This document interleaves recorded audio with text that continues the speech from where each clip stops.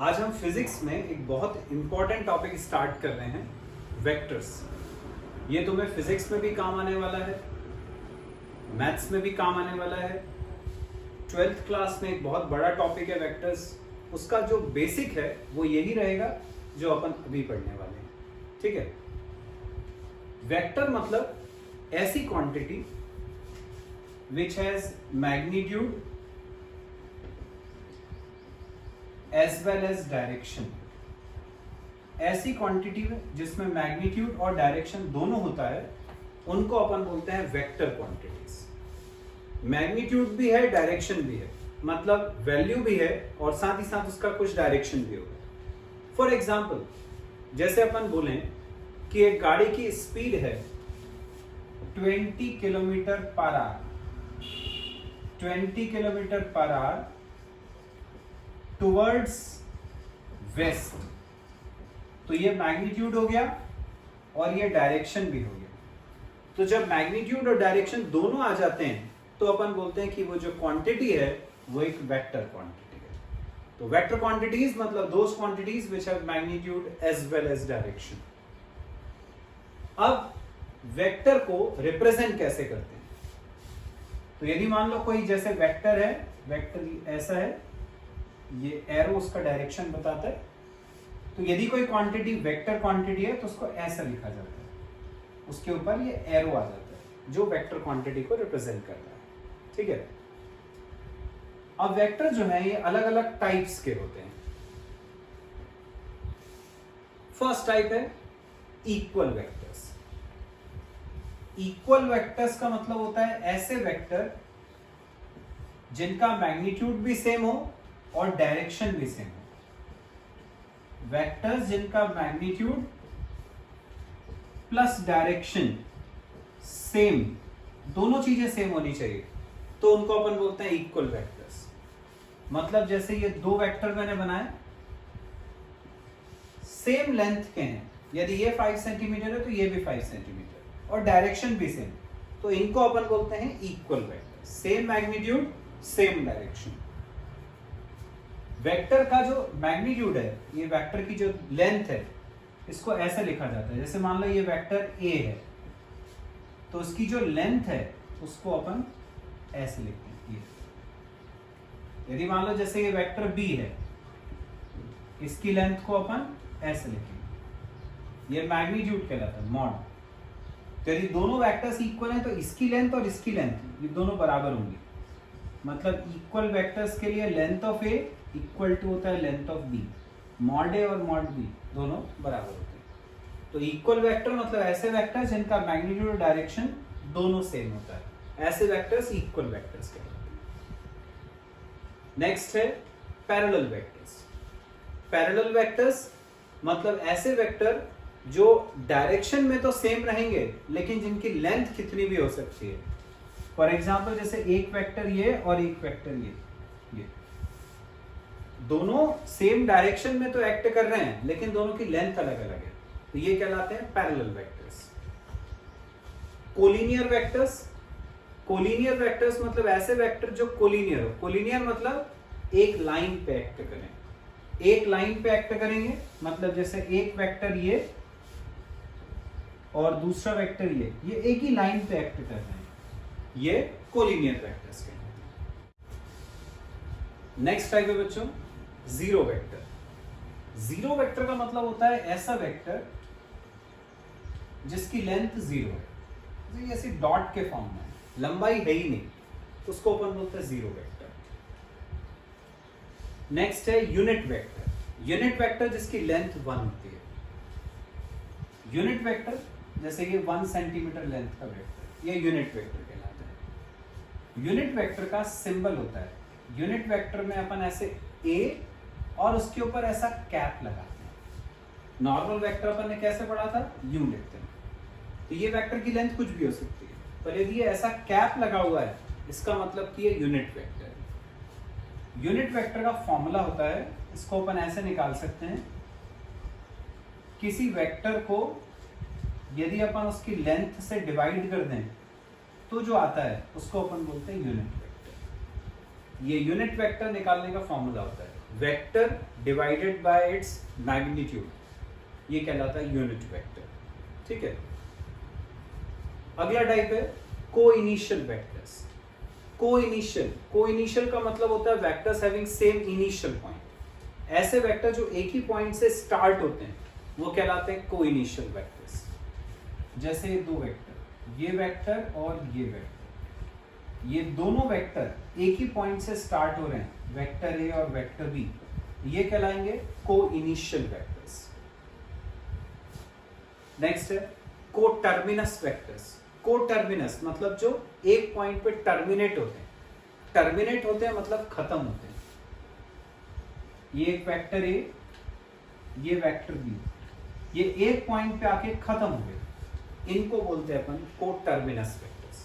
तो एक से स्टार्ट होने वाले को-इनिशियल, एक पे एंड होने वाले को-टर्मिनस वेक्टर्स। ठीक है, तो ये अपने वेक्टर के टाइप्स हो गए। अब बच्चों अपन वेक्टर्स में एक बहुत इंपॉर्टेंट टॉपिक है वो करेंगे, ये है triangle law of vector addition. Triangle law of vector addition, triangle law of vector addition क्या कहता है वो बताता हूं। इस लॉ के according if two vectors are represented by the adjacent sides of a triangle, if two vectors are represented by the adjacent sides of a triangle, then the resultant is given by third side of the triangle taken in opposite order। इसका मतलब क्या कि यदि अपन किसी triangle की दो side से दो वेक्टर्स को रिप्रेजेंट करेंगे, जैसे हमने वेक्टर P और वेक्टर Q को ट्राइंगल ABC की दो साइड AB और BC से रिप्रेजेंट करा, तो इनका जो रिजल्टेंट होगा, रिजल्टेंट मतलब इनका सम, इनका टोटल, वो होगा ट्राइंगल की third side taken in opposite order. Opposite order का मतलब क्या होता है, जैसे ये P और Q ये ऐसे जा रहे हैं, इसका मतलब ये किस ऑर्डर को फॉलो कर रहे हैं, ऐसे। ये कैसा होता है, ये एंटी क्लॉकवाइज होता है, तो ये इस ऑर्डर को फॉलो कर रहे हैं, तो अपना जो रिजल्टेंट होगा वो अपोजिट ऑर्डर में होगा। मतलब ये ऐसे जा रहे हैं तो वो ऐसे आएगा। ठीक है, तो यदि ट्राइंगल की दो साइड से अपन ने दो वेक्टर P और Q को रिप्रेजेंट करा, तो उनका जो रिजल्टेंट होगा R, वो होगा उनके अपोजिट ऑर्डर में, ऐसा जाएगा। तो क्योंकि R रिजल्टेंट है, रिजल्टेंट मतलब दोनों का सम, तो ये होता है P और Q का सम। ये इसको बोलते हैं अपन triangle law of vector addition.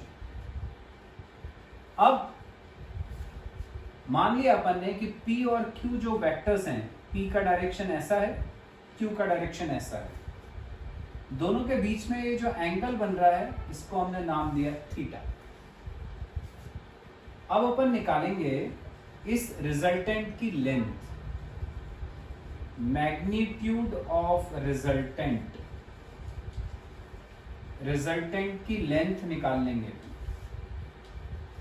मतलब अपन ये पता करना चाह रहे हैं कि यदि मान लो वेक्टर P की लेंथ है 4, वेक्टर Q की लेंथ है 3, दोनों के बीच का एंगल है मान लो 30 डिग्री, तो जो उनका रिजल्टेंट होगा उसकी लेंथ कितनी होगी वो अपन को निकालना है। ठीक है, ये जो R equal to P plus Q लिखा है, इसमें वेक्टर लगे हैं, तो इसका मतलब यदि रिजल्टेंट की लेंथ निकालना है तो P और Q को डायरेक्ट ऐड नहीं कर सकते।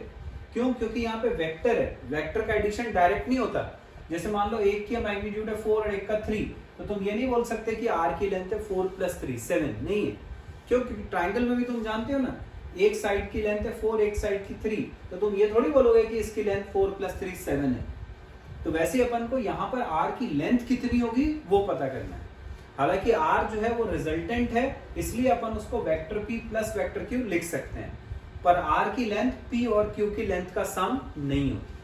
तो सम कितना होगा वही मैं कैलकुलेट कर रहा हूं। तो मैग्नीट्यूड ऑफ रिजल्टेंट मतलब लेंथ ऑफ रिजल्टेंट निकालना है। उसको निकालने के लिए अपन ने C से एक परपेंडिकुलर डाला। सपोज ये परपेंडिकुलर इसको M पे इंटरसेक्ट कर रहा है।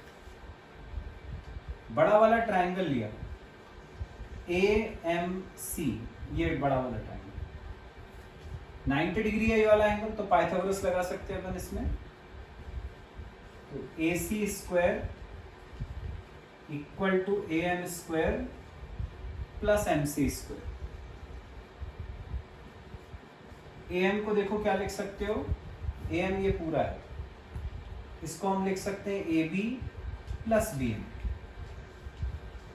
AM को ब्रेक करा, AB प्लस BM, स्क्वायर ऐसे ही है, ये MC स्क्वायर ऐसे। अब इसमें A plus B whole square के फॉर्मूले से ओपन करेंगे। AC स्क्वायर को ऐसे ही रखा, इसमें A plus B whole square का formula A square plus B square plus 2AB ऐसा आ गया, प्लस MC स्क्वायर, उसको ऐसे ही रहने दिया। ये AC स्क्वायर को ऐसे ही रखा, AB स्क्वायर को ऐसे ही रखा,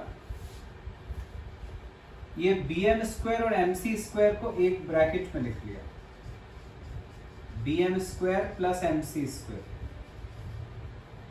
बाकी ये 2AB इंटू BM ये ऐसे रहा। अब अपन फिगर से देखें BM square plus MC square कितना होगा।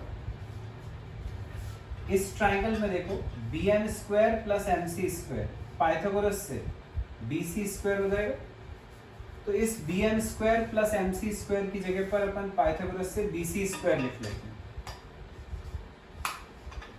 ये हो गया AC square equal to AB square plus BC square plus 2AB into BM, ऐसा आ गया।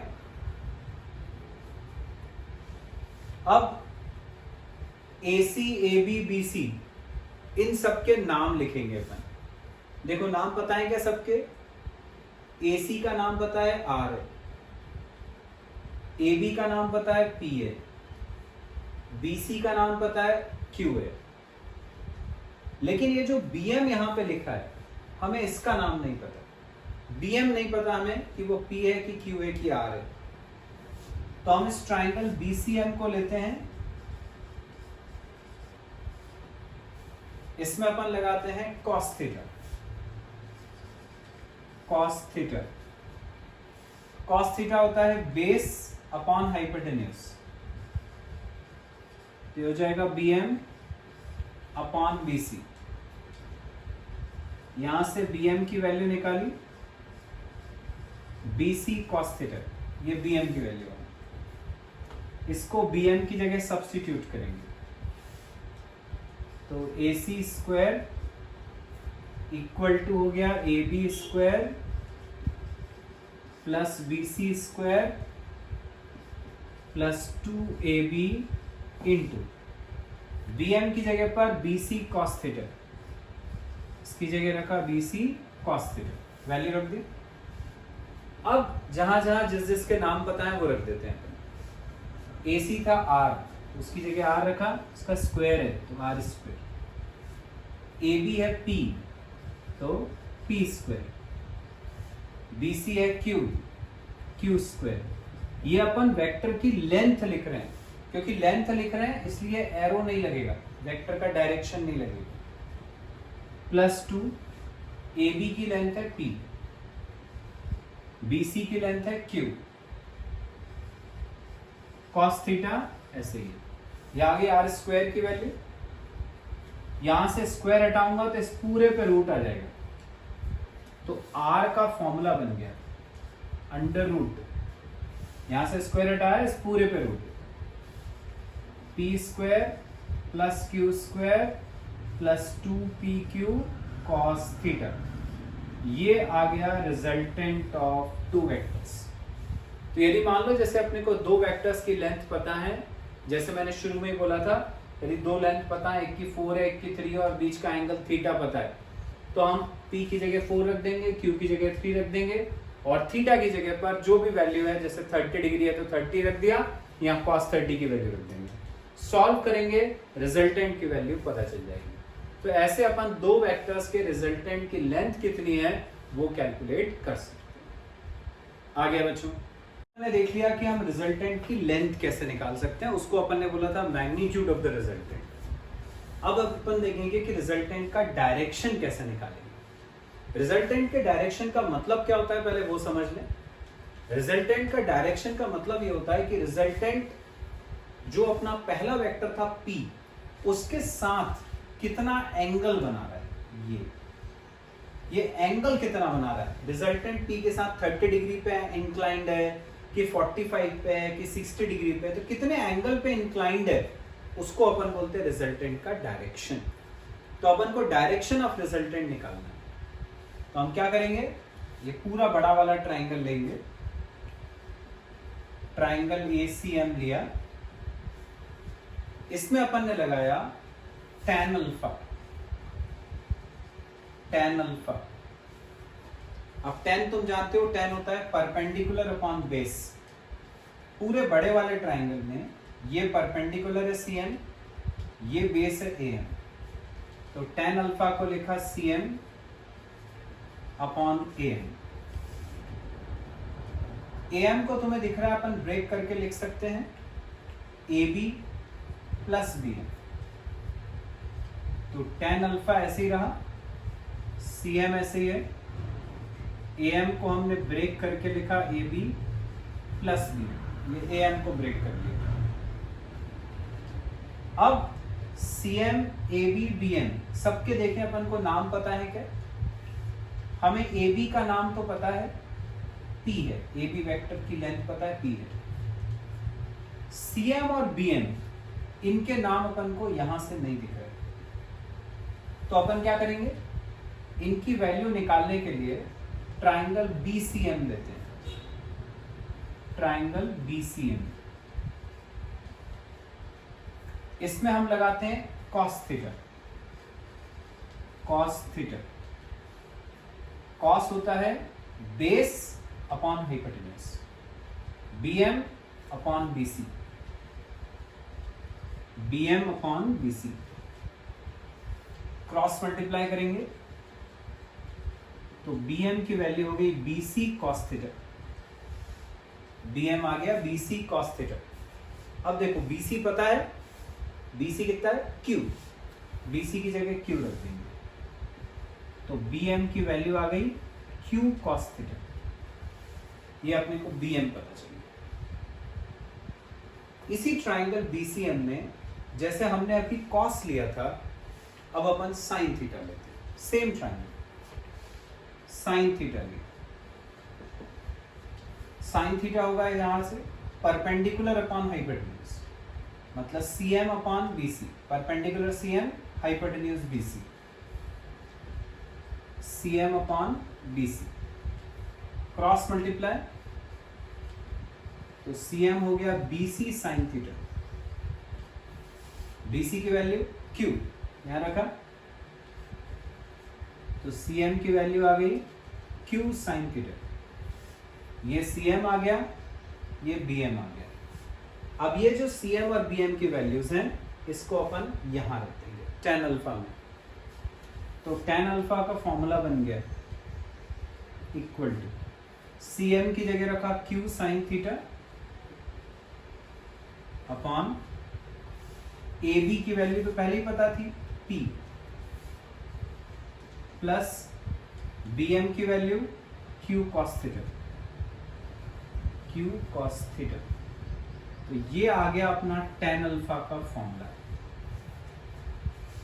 क्वेश्चन आएगा तो उसमें तुम्हें P की लेंथ दी रहेगी फर्स्ट वेक्टर की, Q सेकेंड वेक्टर की लेंथ दी रहेगी, दोनों के बीच का एंगल थीटा दिया रहेगा, सारी वैल्यू सब्स्टिट्यूट करेंगे तो tan अल्फा आ जाएगा, tan अल्फा से अल्फा निकल आएगा, मतलब अपन को पता चल जाएगा कि रिजल्टेंट फर्स्ट वेक्टर के साथ कितना एंगल बना रहा है। इसी को हम बोलते हैं रिजल्टेंट का डायरेक्शन। तो ऐसे अपन रिजल्टेंट का मैग्नीट्यूड निकालना पहले ही सीख चुके हैं, और अभी हमने रिजल्टेंट का डायरेक्शन निकालना सीख लिया। आ गया बच्चों?